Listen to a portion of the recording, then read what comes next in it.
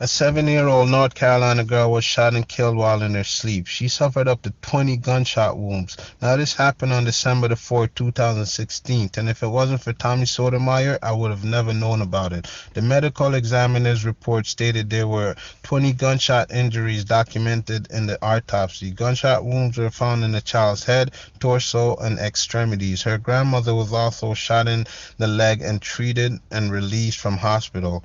And I want to address the thugs and gang members and ask them what part of the fucking game is this? Like you always say, right? When you see someone doing something fucked up, you want me to have compassion for you to sell these rocks and shoot these kids, right? But when you get caught, for me to be a real nigga and don't snitch.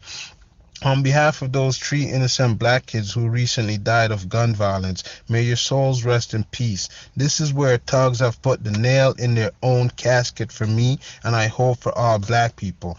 This is where thugs have put the nail in their own casket for me, and I hope for all black people. It's officially time to have a civil war in the black community. It's officially time to denounce the practice of being a thug in the year 2017. It's officially time to use this momentum to campaign against thugs impeding another generation out of their full potential. Stories like these are the only reason I decided to start a channel. The brutal, heinous act of murder goes way too often without enough condemnation, without enough outcry, without enough outrage, bitterness, and anger for the ones perpetrating this insanity we have to put up with in the so-called civilized society, especially by black people who are mostly affected by this. You know, in the so-called white society and white community, if 3 or more persons are killed, it's called a terrorist attack. The country or state goes on high alert. City and radio station programs get interrupted with important news details pertaining to the incident. They, white people, and the authority figures across all boards collectively denounce the person or the enemy and pretty much wage war, going on a manhunt until the person is killed or brought to justice. I even remember a white young girl was kidnapped in my city, and the witnesses said the kidnappers wore a turban, and the street community radio stations were so quick to advise the kidnapper to turn himself in because they don't want to be seen as supporting criminals. As a black man, I feel powerless because I can't do anything about the situation. But if we all turn a blind eye and continue with our lives as if you didn't hear what the fuck I just said, black people, a fucking 7-year-old shot in the head and shot in the body up to 20 fucking times, and we go on like this ain't some shit to stop for a second and admit there's a fucking problem. More recently, we had another 2-year-old child shot to death in Chicago in the city's ongoing extreme violence. Also, an 11-year-old and a 12-year-old both shot in the head. The 11-year-old died while the 12-year-old was in critical condition and would later succumb to her injuries. The shooter were aiming at someone else. And this is only happening because it's not a problem for white people to fix. We gotta take the initiative. And the initiative is this: hand over criminals to the authorities. Here is another simple idea. If we as black people, not white people, go to Congress or even Trump and said, we want a law passed where it's illegal to be a known gang member. Make it illegal for gang members to promote their gangs on the internet. Gangs aren't businesses. Why do we tolerate antisocial behavior which only promote death? White people know if they call for the passing of these laws, they will be called racist. I gave you the idea. So whenever you're ready, black people, use it. Laws provide order. Order provides safety. We have to put fear back into these thugs' heart. Allow me to make a case to say why these niggas are worse than pedophiles. I even saw a comment where someone said blacks are more safer around KKK members than they are around niggas. And one day we are gonna have to want to disassociate ourselves from people who not only harm us like pedophiles do, but like I said, are just as bad or worse because they kill us without giving a chance to ever recover. Because even a pedophile might spare his victim from death, but not a nigga who's a savage. I'm not justifying pedophilia, but god damn it, I pray for the day where the notion of niggas and thugs and pedophiles are hated just alike. Most importantly, black people are the ones who need to have this realization. So until we as black people can commit to a public all-out campaign against thugs, gangsters, gang members, drug dealers, and hoods. We're all doomed and deemed guilty by association by others. You see, the group Black Lives Matter might have had some good intention, but they lost their purpose. They gained momentum but lack any real vision on what to do with their momentum. But yet I don't blame them. Remember, they weren't politicians, lawyers, or scholars to begin with. Where they lost the battle is with their focus on being Afrocentric and only focusing on police brutality instead of all crimes, especially black on black crime. Trust me, Black Lives Matter had a chance to really affect positive change, but now they bit themselves in the ass and became known as loudmouth hypocrites. Their one-sided mindset blindsided them, and if they were smart, they would have asked for help. Take, for example, Uber. I'm not off topic. This is important. Look at how fast Uber became a respectable household name, and they did the impossible. Not only created an app-based ride-sharing program which was illegal in most cities, but also went on to food delivery and creating thousands of jobs, going as far as thinking about automated cars and flying cars for the future to come, all done in a relatively quick succession. If Black Lives Matter wasn't so arrogant, no, I'm being polite. If Black Lives Matter wasn't so stupid, they would make all crimes a target on their radar, especially black on black crimes, not only crimes against blacks. Think about this. If they created a website and signed up everyone who was against the violence through an automated email worldwide, anyone who wanted to be a part as even a volunteer or any necessary call to action for projects they see fit in the communities where these crimes take place. In this digital age, we wouldn't even need to protest, just having an idea, assemble, and execute. Because the height of police officers killing blacks are down now, so we hear nothing from them, while the black males are causing havoc in their own community. If they were smart, they would fit black on black crimes under their umbrellas of issues to tackle. It's a full-time occupation. If they demonstrated outrage about this 7-year-old being killed, we could easily round up 1 or 2,000 people / volunteers or more, march through the neighborhood and demand the culprit of this crime to come forward and bring him to the authorities if he hasn't already been arrested. Talk to the family members, apply the necessary pressure for survivors who are the ones most likely, if not anyone else, to know the shooter or what caused the shooting. But that's not all. Black Lives Matter should also be thinking about how to help prevent crimes from happening in the first place. Not with basketball courts, not with providing studio time for upcoming rap artists. No, motherfucker, by setting an example, publicly saying from today and now on, we will help in turning criminals over to the authorities to face punishment for their action. We will promote careers and healthy lifestyle choices for black people looking to better themselves. And we will have an all-out war against criminals who only destroy and shatter black lives. If they did that, then they could make the case against police brutality without bias. Now let me give you guys a warning. What I'm about to say is offensive. I used to think I'd have more time for doing videos, but I don't. So forgive me for scrambling all these thoughts at once. I wanted to do a segment called something like My Weekly Rants, where I'd rant on a weekly basis about shit that's upsetting to still see going on. And also an idea called Hypothetical Hour, where I'd pose thought-provoking hypothetical scenarios to stretch people's imagination. Right now, I'll do both. Hypothetically speaking, what if black people became slaves again? Forgive me, when I say black people, I'm generalizing, but I'm talking about violent niggas. Imagine the insult to be set free and then to be returned back to slavery because niggas after 200 years, and I'm just putting a figure because this is hypothetical, so I'm generalizing, but niggas couldn't cope intellectually with other races without being violent because niggas became an unwelcome threat to society, because niggas just don't fit the model of a progressive society, because niggas don't have the willpower to gain success as law-abiding citizens. So therefore, no one wished to coexist amongst them. So reversal slavery was the punishment. I pose that hypothetical scenario and ask, what do you think? Why do I say this? The term called Negro fatigue comes to mind. It's self-explanatory, but it describes the archives of despicable acts niggas do to and against each other in society. And it's all in the public domain. It's not a secret. It's there for the world to see. But yet niggas continue down a path of self-destruction. I'm convinced niggas aren't in control of their lives like they think. They are out of control and desperately begging for help. And who wants to live among people like these? Can you not admit you can see why other people hate us? And the worst part is there's no cause for the violence. It's usually petty or simply over pussy or a small amount of money. Black people are in denial if they don't believe niggas are ruining the black race.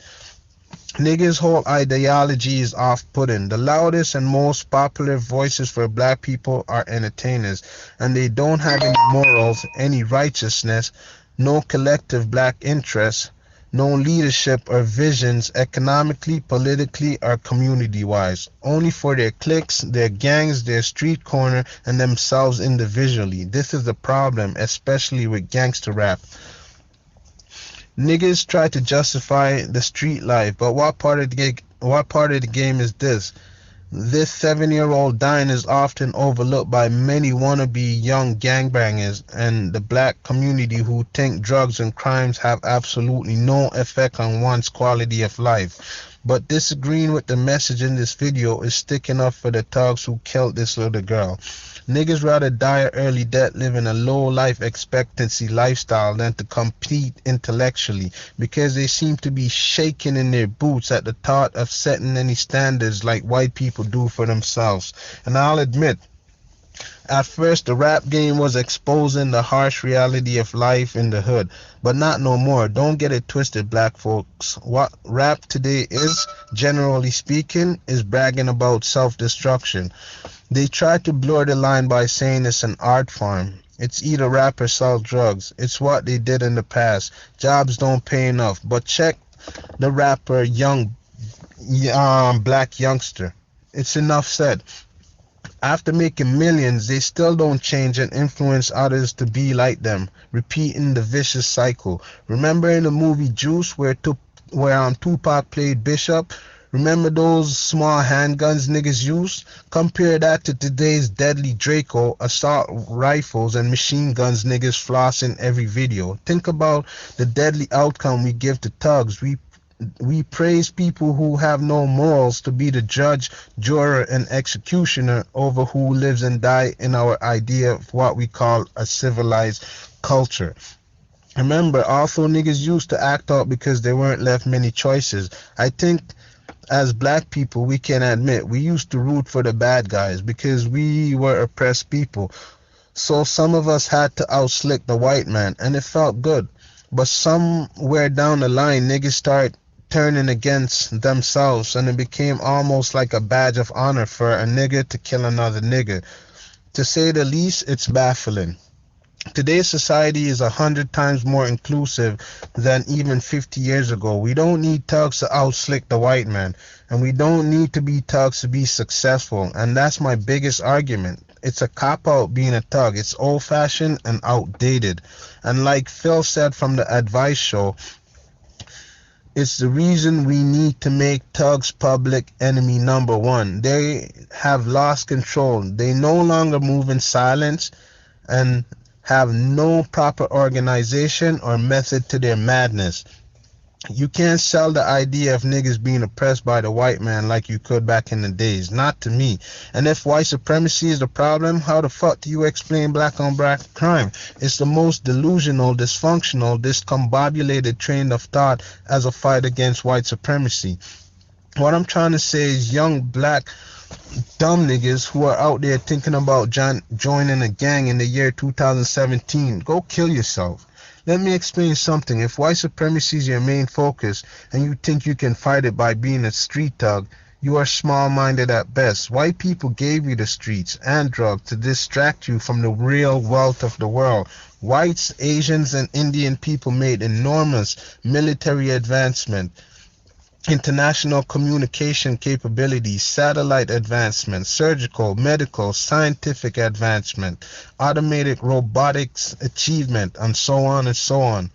I heard at some auto plants they only need two highly trained technicians to operate the plant. The rest is robotics. And guess what? Because the robots can work off laser guided sensors, they can work in complete darkness, saving on electricity costs. Think about that. And think about how thugs are still trying to think how to kill blacks in more technologically advanced way. And think how lost we are. So to me, the only logical fight with white supremacy is to make the same advancement or shut the fuck up. Let's be clear. I'm not trying to stop brothers from making money. Money is needed to sustain life. I believe more in money supremacy than white supremacy. Let me talk about some forms of entertainment. There's pop music, country music, rock music, jazz, blues, and hip hop, which break down in different subculture: rap, trap, drill, gangster rap, and conscious rap. I'm not trying I'm not saying I don't want to see brothers be able to make money doing what they know how to, but pop artists often make way more money than rappers, though not always. But here's the thing: pop music, country music, jazz music, or dance music are innocent in nature by comparison to rap music. And as much as hardcore rap is my guilty pleasure, there's no denying the effect it has on young black male life choices. And when was the last time you heard of a country music video being shot up? A comedian will make his true statement and make his audience laugh about it. He will say, I'm a black person, but we have some issues. Like Chris Rock said, when I'm at an ATM getting cash, I ain't looking out for the media, I'm looking out for niggas, cause the media ain't never took shit from me, but niggas have. Cue the laugh soundtrack. That's funny, right? But if a white politician said the same thing, he's a racist. That's why, like I said before, we need more strong black individual to denounce young blacks from the lifestyle, and rap music needs to be heavily criticized. Like it or not, it's a bad thing to preach about fucking someone's wife. It breeds hate, anger, and jealousy.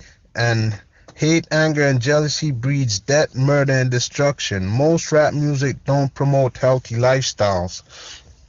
We give rappers and thugs the same foolish privilege. Let them rap about fucking your main bitch, selling drugs, shooting the ops, and killing folks. And on top of it, then they make a music video showing them fucking your main bitch, selling drugs, and killing folks. That's a difference with any type of other music. Again, when was the last time one of Taylor Swift's shows got shot up? There are many gun experts on YouTube, but I remember coming across and watching some videos of one in particular, a white guy. This is what I can respect about how white people portray themselves. He has held and reviewed what would seem like every single guns ever produced. He even takes them apart and go into extreme details. He custom build parts and can remodel them as a hobby. He also have the utmost respect for gun safety. What he illustrates to me is that as dangerous as firearms can be, it's a tool with a purpose, may it be for hunting or protection, or in the extreme case of a war, to fight for a cause ultimately. And to contrast that with the lack of respect you see a thug has for his guns, and you realize why so many people keep dying. The primary reason a thug owns a gun is for misuse, misconduct, and mischief. Robbery, assault, and murder. No proper training, no knowledge of the history of his weapon, or not even a care for anyone else's safety. A thug, and I will go as far and say anyone who speaks ill will and cruelty against their fellow citizen, does not deserve respect in the year 2017. I'm not naive enough to think we can rid the world of crimes or debt. I know life is hard and even unfair. I get it. But since we are talking about the realm of death, let me briefly talk about traffic fatality. It contributes to a huge death rate. But say a family get killed in a collision. As people, we get saddened to hear the news of someone's loss of life, but the difference is that's an accident. It wasn't done out of hatred, bitterness, or anger. The difference with murder and why it is so sad is because it's done deliberately and often premeditated.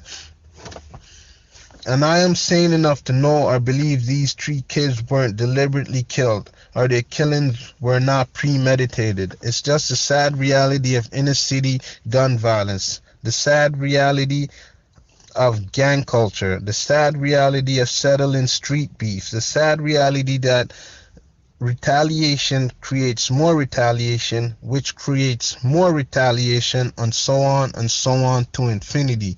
And finally, the sad reality that the power of violence and guns are way too much power for the uneducated, misguided youth to have in a society of law and order. Thank you.